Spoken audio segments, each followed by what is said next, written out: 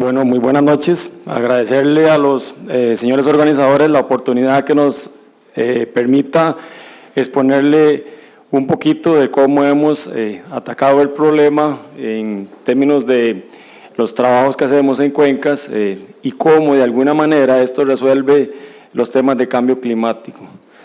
Tal vez sí le voy a pedir al muchacho si nos puede apagar la luz de aquí para que se vea mejor la pantalla, si es tan amable. Gracias. Muy rápidamente, esto sobre lo que versa la exposición que es relativamente corta. En muchos de los temas que voy a hablar, varias de las diapositivas daría para una o más presentaciones. Rápido, vamos a ver un enmarcamiento de por qué hacemos algunas cosas. Aquí me refiero un poco a el tema de cuencas. Para empezar, porque se ha hablado y algunas veces se confunden algunos temas, es importante mencionar que se entiende por una gestión integrada de cuencas. Esto, híjole, aquí pasó algo. Aquí vemos que una gestión integrada se define como las actividades que realiza el ser humano para ordenar en forma integral el territorio y los recursos de esta, permitiendo las actividades y procesos que un marco de preservación, protección, recuperación y uso sostenible del ambiente permitan para bienestar del ciclo de vida, de la calidad de vida. Esta definición es importante porque desde aquí mismo empieza a verse que debe de incorporar la adaptación como un medio para conseguir esa sostenibilidad, esa preservación y protección. En la manera como se va tomando dentro de lo que hemos tenido que ir a implementar en un principio de realidad, porque aquí hay que ser conscientes de que si uno empieza a hacer exposiciones de estas, de repente empieza a darse cuenta, o cuando empieza a hacer los trabajos, que hay una serie de limitaciones. El aspecto es cómo se puede llevar a hacer cosas a pesar de los muchos problemas que inclusive muchos han mencionado a los panelistas que me antecedieron para atacar el problema. Desde el manejo de cuencas, que va dirigido a aprovechar y conservar los recursos, a la gestión, que tiene que ver más con la formulación de planes y programas para hacer esas cosas que involucran a toda la dinámica de cuencas, y cómo se puede hacer desde una institución que trata de hacerlo, como en este caso es el ICE, cómo lo hace con los demás. Esto es un poco resolver el problema con todos inmersos, y entonces no entrar en la competencia como algo se hablaba, sino un poco de lo que se habla aquí, de la cogestión, es decir, qué participo y cómo participamos para tener una sostenibilidad, inclusive viendo los asuntos de impactos y manteniéndolos corto, mediano y largo plazo. Esto es fundamental porque tratar de resolver el problema por una sola institución o por un solo ente en una condición de cuencas está destinado muy probablemente a tener serios fracasos. Un poquito los objetivos entonces que se formularon, y aquí empezamos. ¿Por qué? Y mucha gente se pensará, si el negocio del ICE es la generación de energía, ¿por qué se metió en cuencas? Desde una perspectiva de sostenibilidad, como se los mencionaba, de alguna manera, para los procesos que tiene la electricidad, que es generar, transmitir y distribuir, tiene que haber un proceso bien claro, que si no estamos bajo principios de sostenibilidad del recurso hídrico, con acciones y actitudes definidas en la recuperación y protección de la cuenca, es virtualmente imposible. La matriz energética de Costa Rica en más de un 80% es hídrica. Si no tenemos la garantía de contar con el agua en el momento que se requiere, estamos entrando en serios problemas. Entonces, de ahí que de alguna forma la inversión tiene que darse para sostener eso que conocemos como energía firme.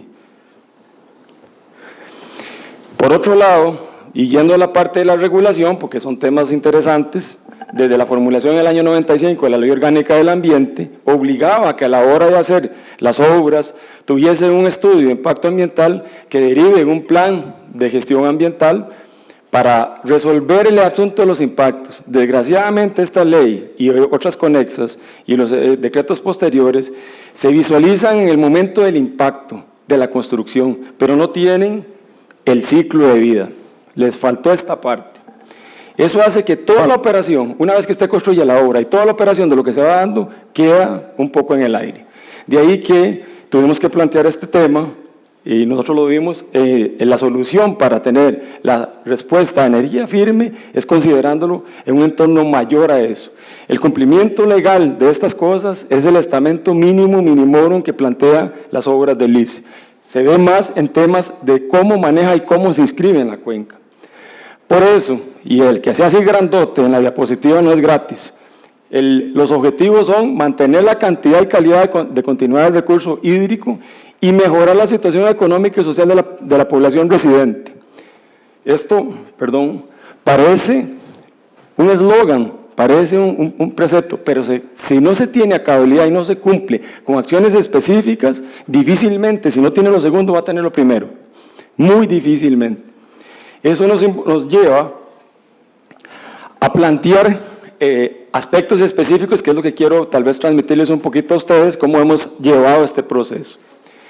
Nosotros conformamos, dependiendo por el interés que tenemos, obviamente en la generación, 4 grupos fundamentales multidisciplinarios para atender lo que es Arenal, Corobici y Sandillal, que ya lo hemos visto un poquito, se ha hablado bastante aquí.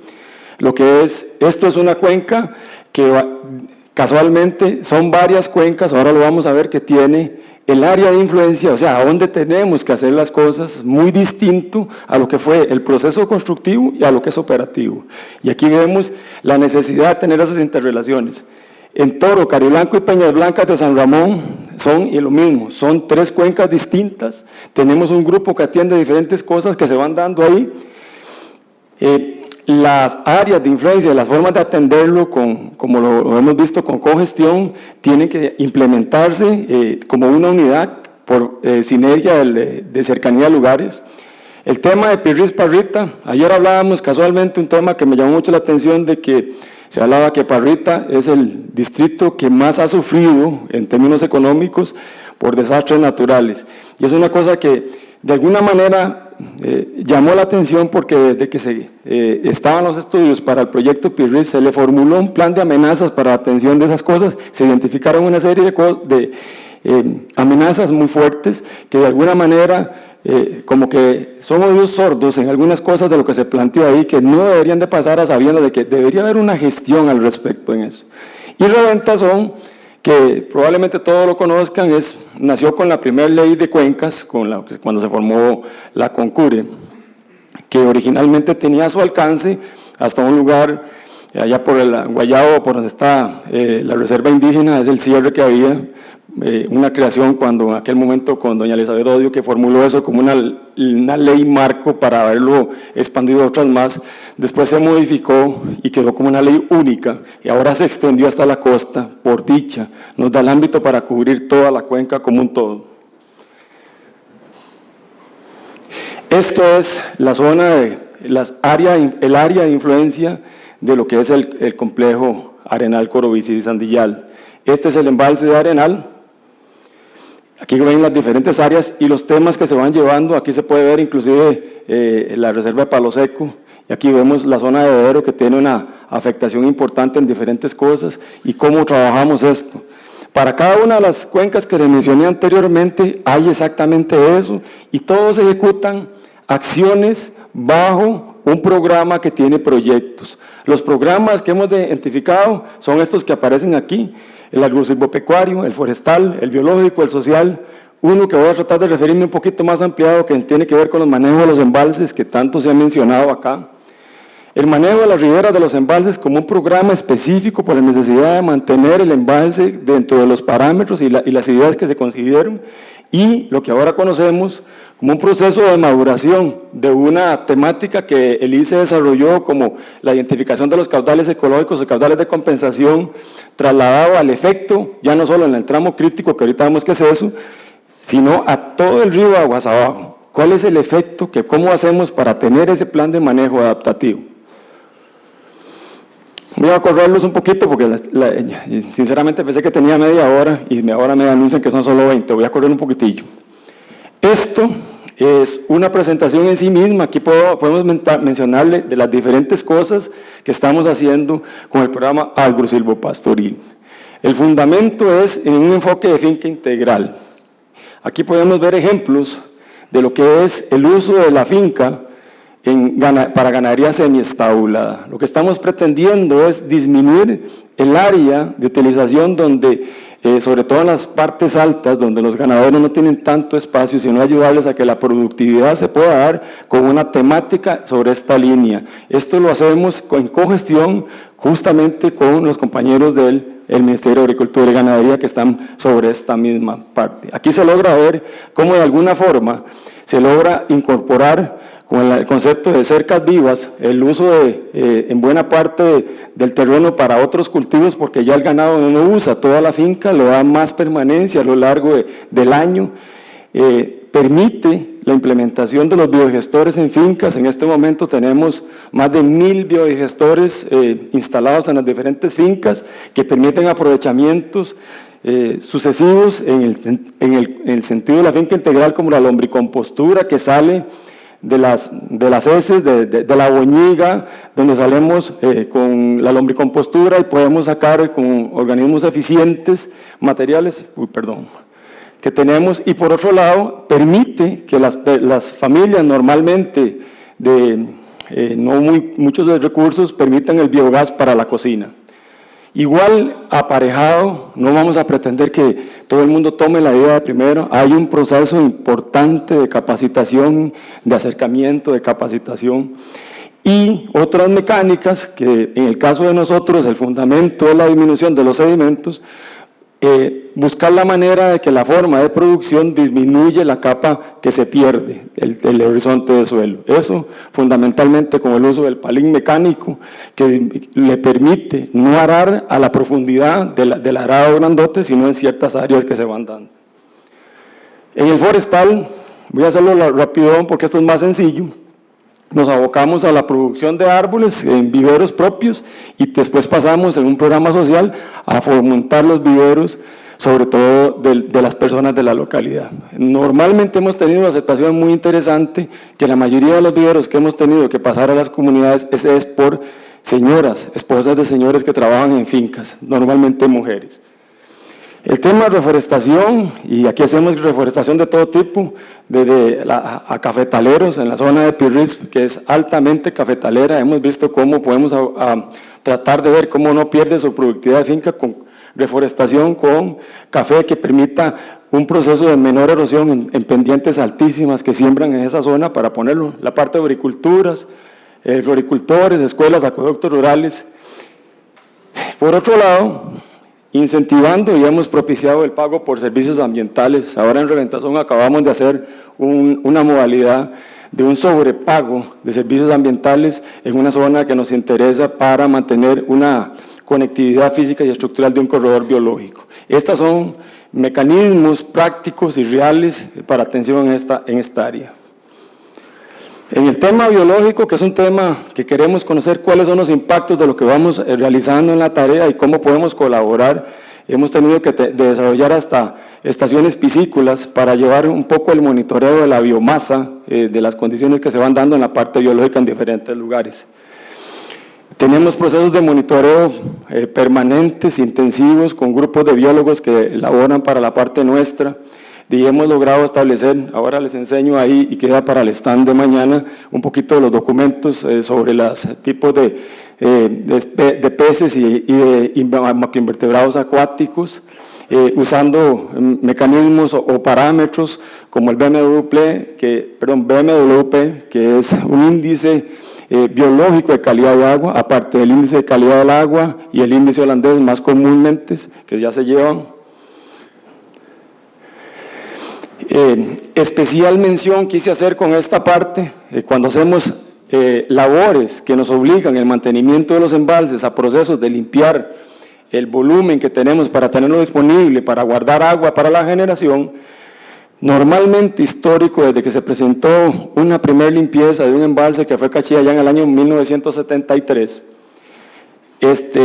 se hacían prácticas en el conocimiento de aquel entonces como una simple apertura de compuertas y dejar salir el material.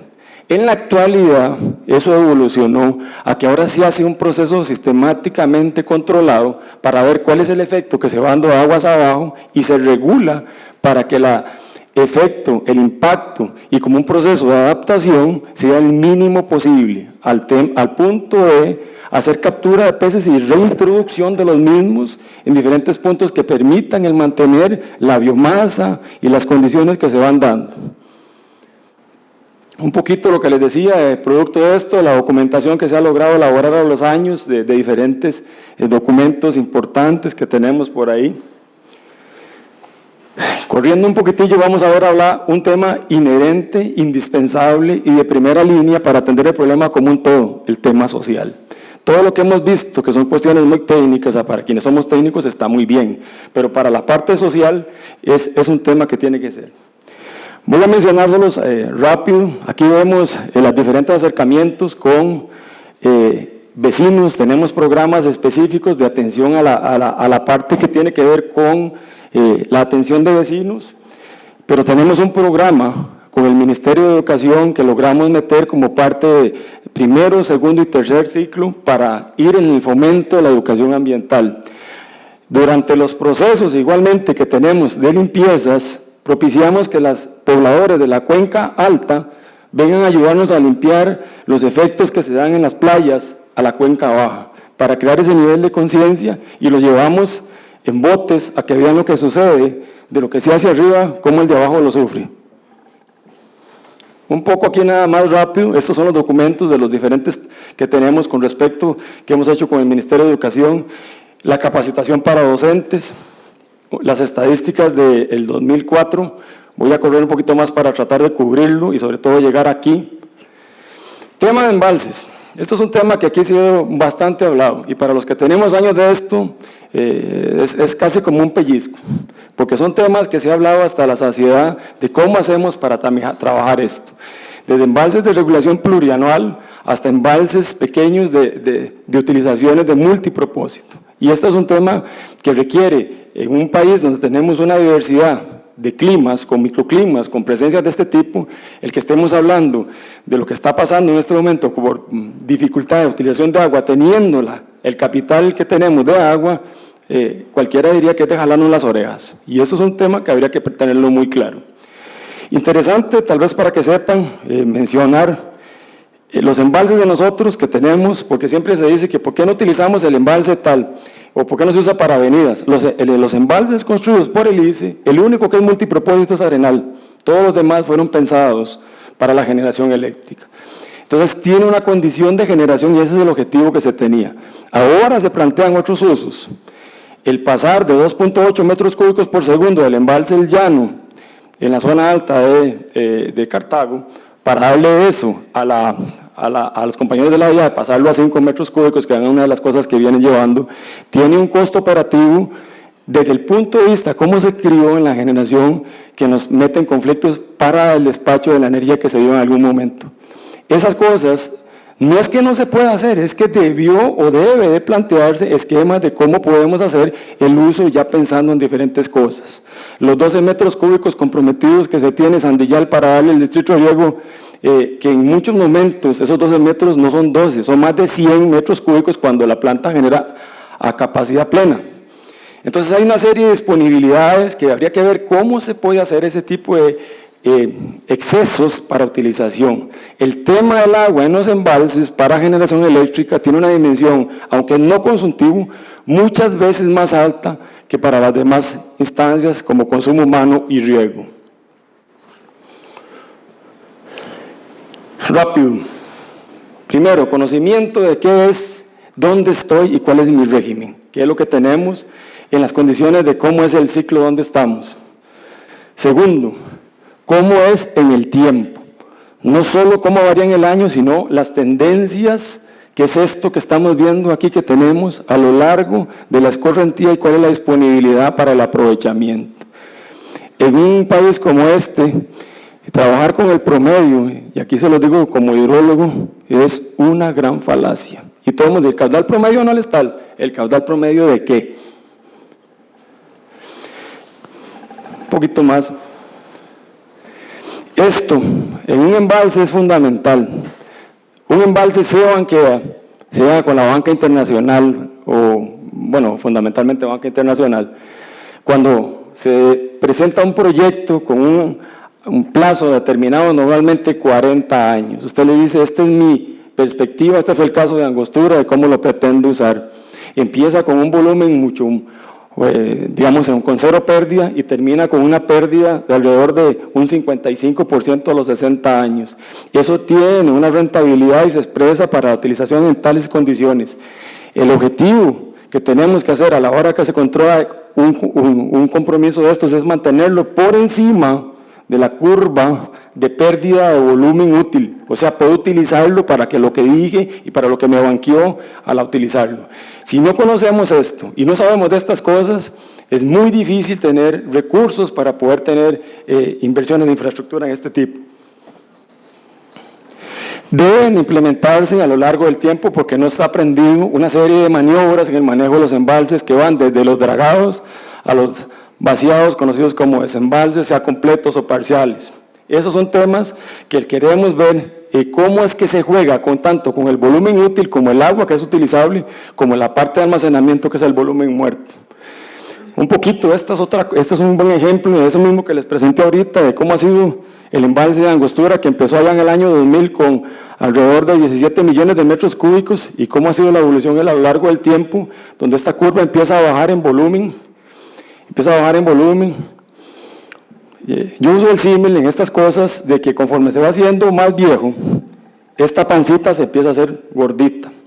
Igual que nos pasa a los humanos, cuando nos hacemos gorditos, que empezamos a echar panza, hay que hacer ejercicio, para que esa pancita no se haga grande, porque si se hace grande lo estamos perdiendo.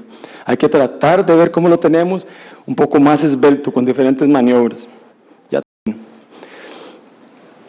Aquí son solo ejemplos de los sondeos, esto lo voy a pasar rápido. Esto es importantísimo si estamos hablando en embalses. Esto es el estado trófico, el estado de la calidad del agua que tenemos ahí. Si el embalse está en un buen estado, está oligotrófico, no se estratifica, no tenemos condiciones como esta que está aquí, que está muy propenso a la aparición de cianobacterias, que nos haría problemas serios. Esto fue en PIRRIS en un momento dado. ¿Cómo lo hacemos? Siguiendo nomenclatura, llevando parámetros como fósforo total, clorofila, transparencia con discos X, o lo que es oxígeno disuelto y temperatura. Muy rápido, tema de manejo de riberas. Esto es cómo utilizo el embalse y cuáles son las condiciones que tengo en los alrededores, porque el embalse, y así lo hacemos en algunos momentos, hay que verlo como casi como un elemento vivo que tiene una dinámica que hay que ser controlada. Debe hacerse, aquí copiamos un poco la guía, la tropicalizamos, de la Comisión Federal de Energía de los Estados Unidos para productores hidroeléctricos, con este esquema de planeamiento, preparación de plan, implementación, con donde andan de diagnósticos, definición de metas, planes de estrategias, hasta los monitoreos. ¿Qué se les pide?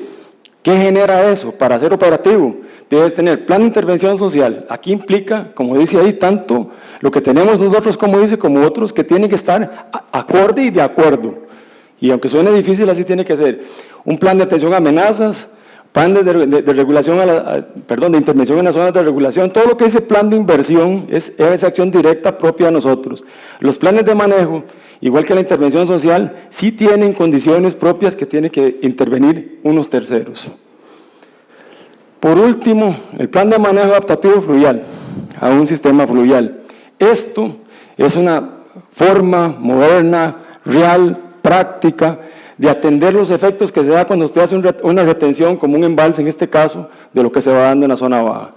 Aquí se lo resumo muy rápidamente, se tipifican los tramos del río, se establece cuáles son las condiciones que se van llevando de acuerdo a la condición hidromorfológica, biológica, la cantidad y calidad de sedimentos, calidad del agua, y cuáles son las condiciones de las márgenes de los ríos. ¿Para qué? Para establecer eso. Procesos de monitoreo permanentes, constantes, que permitan establecer por medio de las variables cuáles son los indicadores que me disparan con las condiciones del semáforo extendido, dónde hay que tomar acciones, qué es lo que hay que hacer.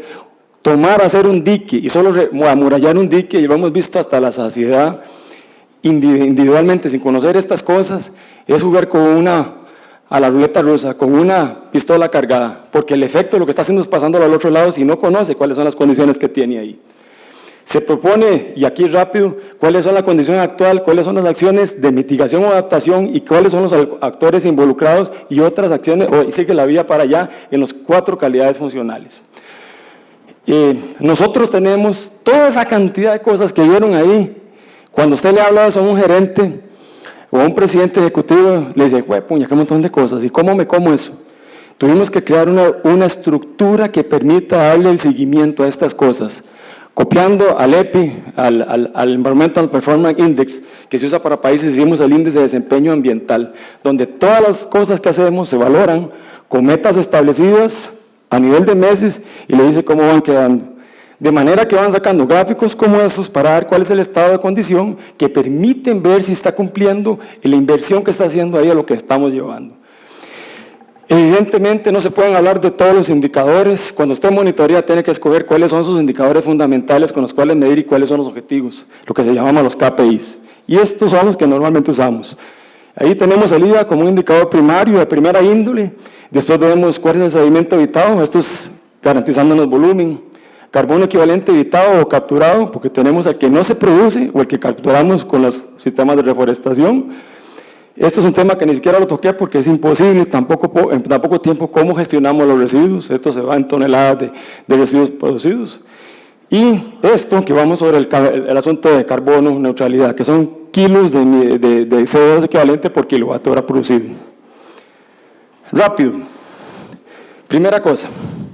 Si la gestión de cuencas no se toma como el elemento fundamental de planificación y desarrollo, probablemente vamos a tener fracasos porque manejamos una parte y la otra nos va a pegar. Experiencias vividas, y no crean que esto en el ICE, uno que ya tiene tiempito estar esto, no costó mucho que calara, hasta que caló. Si no hacemos esta intervención es muy difícil lograr obtener realmente beneficios. Siempre van a tener cuestiones encontradas. En cuanto a adaptación, hay que tener consideraciones que el tema de la no atención en cuencas, de los procesos de adaptación en grados extremos, si usted no se considera, simplemente lo que está es, probablemente va a haber un disparo en los diferentes índices o variables que lleva, que lo va a poner a tener que hacer labores más fuertes y más onerosas para recuperar lo que ya perdió cuando es recuperable. Esto lo que nos dice es que tendríamos problemas de sostenibilidad. Aquí termino. Las métricas, que ahora ustedes vieron, tal vez fue muy insistente en eso, porque hemos oído muchas quejas. Si no tenemos métricas que nos permitan saber cuál es la condición y cómo vamos llevando, y si lo que hacemos está bien hecho, difícilmente se consiguen los hechos. El camino al infierno está plagado de buenas inquietudes o buenas actitudes, pero no se sabe por qué se fue para el infierno. La idea de llevar una cosa de esta es saber para dónde voy y cómo lo mido y qué está pasando. Simple y sencillamente, no hable de esto porque ya es terrible, se lo dejo más bien a don Julio que nos va a hablar un poquito. Si no tenemos el tema de las amenazas naturales, que es un tema que estamos incursionando en este momento, creando planes de manejo de desastres naturales, con sistemas de alerta temprana, en las diferentes cosas, probablemente vamos a sufrir consecuencias necesariamente imputables a las labores que estamos haciendo. Este es un tema bastante, aunque hacemos algunas cosas, bastante novedoso en el cual estamos entrando. Muchas gracias y disculpen la carrera.